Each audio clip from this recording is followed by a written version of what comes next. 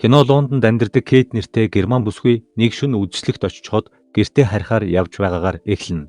Кейт такси барихыг оролдсон ч гудамж талбай ээлхүүл ганц такси баригдахгүй байсан тул метро зогсохоос өмнө хамгийн сүүлийн метронд суухаас өөр аргагүй болдог. Ингээд Кейт задгаа мөнгөгүй байсан учраас автомат машины хажууд нохоогоо тэрвэрэн сууж байсан Манди хэмээх бүсгүйгээс метроны карт худалдаж авдаг.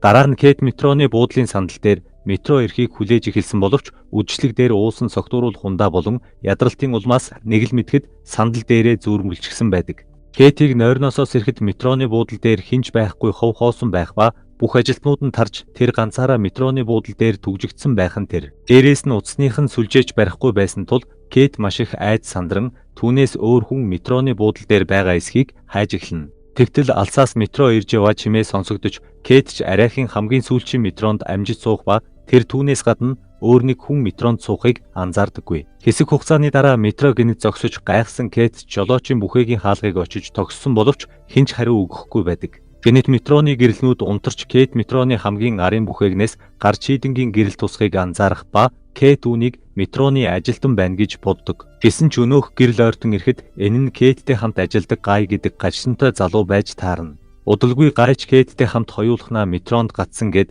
түүнд хүч хэрэглэн дотн харилцаанд орох гэж оролдоно. Гэтэл гинэт метроны хаалга онгойж хэн нэгэн Гаяыг тэндээс чирэн харанхуй руу авч орон алга болдог. Энэ бүхэнд айж балмагдсан Кейт ч метроноос гарч метроны буудлын руу зүхтаах бөгөөд тэр харилцуурыг ашиглан тусламж дуудах гэсэн боловч харамсалтай нь задгай зоосгүй байдаг. Гинэт Кейт хаалга чахран онгоох чимээ сонсож болгоомжтойгоор хартал энэ нь өмнө нь таарсан Мандигийн тэрвэрж байсан нохой байдаг. Нохой тэндээс гүйн метроны буудлын засвар хийдэг хонглын жижигхэн хаалгаараа ороход Кейт ч зоригоо чангалан араас нь дагаж орно. Тэр асаагаараа асаагаад тэндээс метроны буудлын дээр хонголдог орон гэргүй Манди болон түүний найз залуу Жимиг олдог. Кейт ч Манди Жими хоёрт метроны буудлын дээр түгжигчгснээ өөртөө хамт ажилладаг залууг хэн нэгэн аваад явчихсан талаар яриад одоо тэр үл таних итгээд өөрийнх нь араас хөөгөөд байгаа тухай хэлнэ.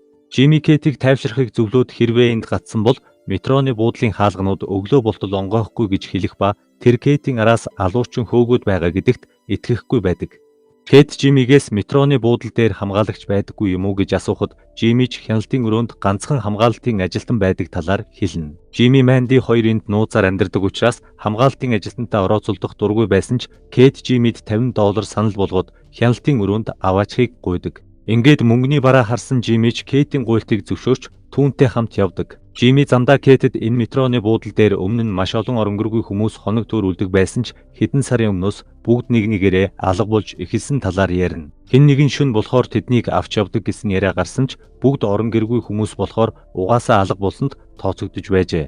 Энэ үеэр хонгилд унтаж байсан Манди чимээ гарахыг сонсоод Жимиг буцаад ирчихлээ гэж бодсон ч босож харахад нь ердөөл баахан харахнууд байдаг. Өнөөх харахнуудыг харсан Мандигийн нохой тэдний араас хөөхөд Манди ч нохойныхоо араас гүйж нохоогоо барьж авах ба гэтэл гинэт тэр ямар нэг зүйл олж харан маш их айж чангаар хашгирдаг. Харин энэ үед Кейт Жими хоёр метроны зогсоол дээр ирэх ба тэд гинэт метроны замаас хэн нэгний яолох дуу гарахыг сонсно. Ингээд гайхан очиж харахад энэ нь алга болсон Гай байх бөгөөд тэр цус нөжөндөө худгалдан маш хүнд гэмтсэн байдалтай байдаг. Кейт Гайд тусахыг хүсгэд Жими эхлээд татгалцсан ч дараа нь Кейтийн гуйлтыг сонсож тэд хүнд шаргацсан Гаяыг метроны зам дээрээс холдуулан дээшээ өргөж гаргана.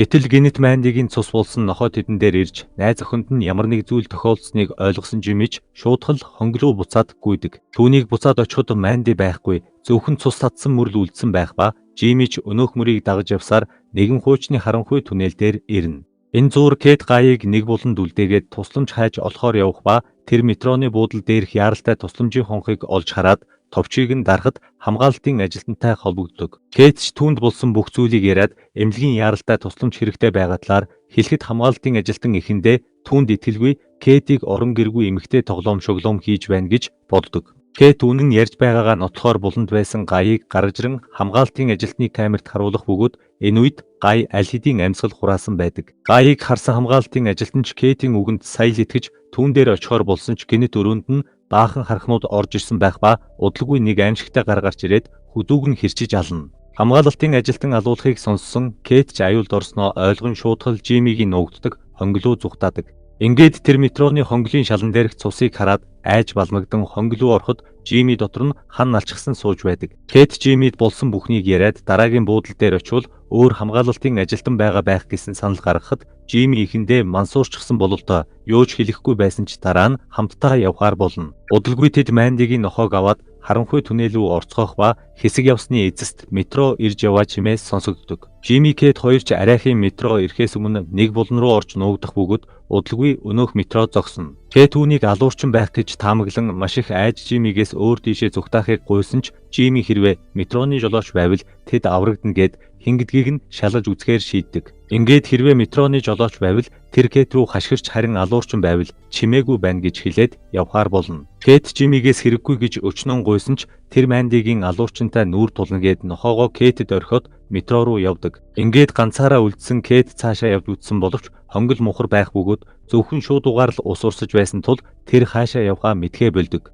Харин энэ үед Жими метрон дээр ирээд алуурчныг айгаагүй бол гараад эргэж чангаар хашгирах ба удалгүй тэр шалан дээр хэвтэх хамгаалалтын ажилтны цогцсыг олж хардаг. Гэтэл гинэт Кэт метронд орж ирээд Жимиг дуудан хашгирах бөгөөд Жимигийн анхаарал сарнитал гинэт өнөөх аимшигтай гар дээрээс нь гарч ирээд хүзүүг нь метроны төмөрт хугалж алдаг. Жимигийн үххийг харж маш их айсан Кэт ч буцаад өнөөх хонглууга зүгтаах ба тэр өнөөх усны шуудуу руу авирах гэж оролдоход маш олон хархнууд гарч ирэхээс гадна шавар шавхаатай байсан тул халтрин аврах том усны танк руу унана. Усны танкын дотор хэдэн 10 хархнууд аруулзаж байсан ч Кэт арайхийн уснаас гарч ойролцоо байсан шат руу сэлж эхлэх ба гэтэл гинэт усан дотроос нэг цогцос хөвөн гарч ирдэг. Кэт түүнийг хараад айн хашгирсан ч эцэст нь шатаар дээшээ авиран гарч агуулах бололтой нэг хэсэг дэрнэ. Ингээд тэр тусламж хайн гүйж байтал гинэт агуулгын хаалга тасхийн хаагдаж бүх гэрэлнүүд нь унтардаг.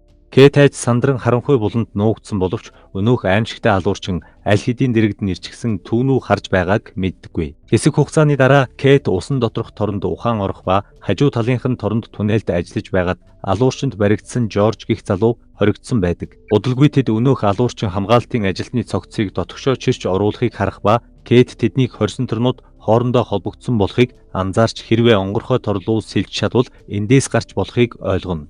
Жорж үүнийг сонсоод сэлж чаддгүйгээ хэлэхэд Кэт үзээдэлтгаар шийдэн ус руу шумбан орох ба энэ үеэр өнөөх алуурчин эргэж ирдэг. Жорж үүнийг хараад Кэт аюулд орсныг ойлгон үгсэн юм шиг дүр үзүүлэн хэвтэх ба зэрлэг алуурчинч түүн дээр ирээд үгсэн эсхийг нь шалгаж урт төмрөөр хатгаж үзнэ. Жорж хөдлөхгүй байсанд алуурчин илүү хүчтэй хатгах ба азар энэ үед Кэт торноос амжилттай гараад тэнд байсан өсгийтэй сандаалын өсгийгөөр нүүрлүүн хамаг хүчээрээ цохиж унгаадаг. Ингээд Кэт энэ боломжийг ашиглан Жоржийг торноос нь суллаад хоёулаа тэндээс зүгтаан хуучин мис заслын өрөө байсан бололтой нэгэн том өрөөнд ирнэ.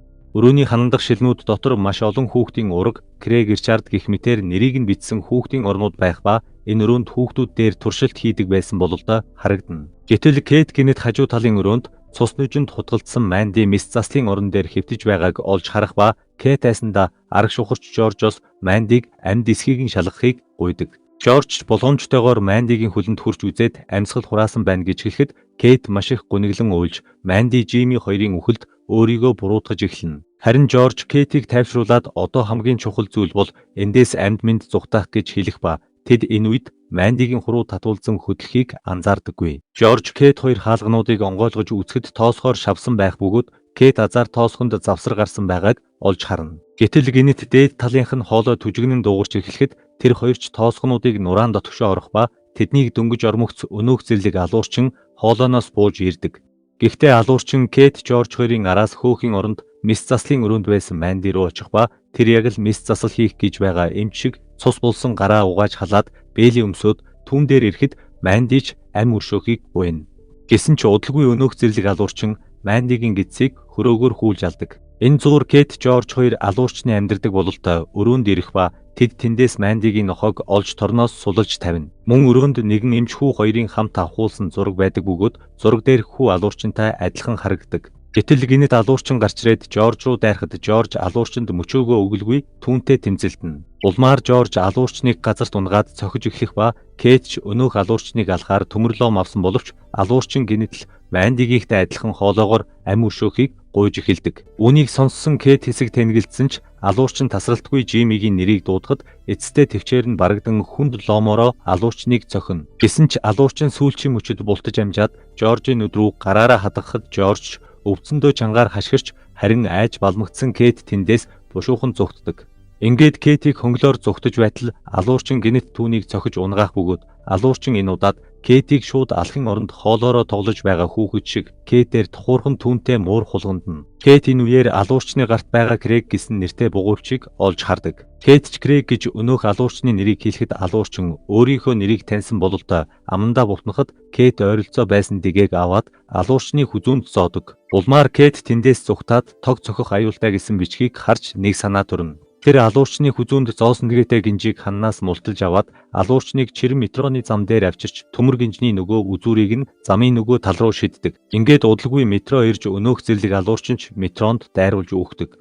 Арай гэж амьд гарч үс хэзэг нь сексийн шавар шавхаа болсон Кейтийг метроны буудал дээр ирж хан түвшин суухад Мандигийн нохой эрэнд Кейтийн өвөр дээр сууна. Ингээд өглөө болсон тул метроны буудал дээр хүмүүс нэг нэгээрээ цуглаж эхэлдэг. Кейтийн байр байдлыг харсан нэг хүн түүнийг орон гэргүй гуйлагчин эмэгтэй гэж бодоод Кейтэд мөнгө хандивлах ба Кейт ч үүнийг хараад сэтгэлээ барьж дийлэлгүй мэгшин уйлж байгаагаар кино төгсдөг.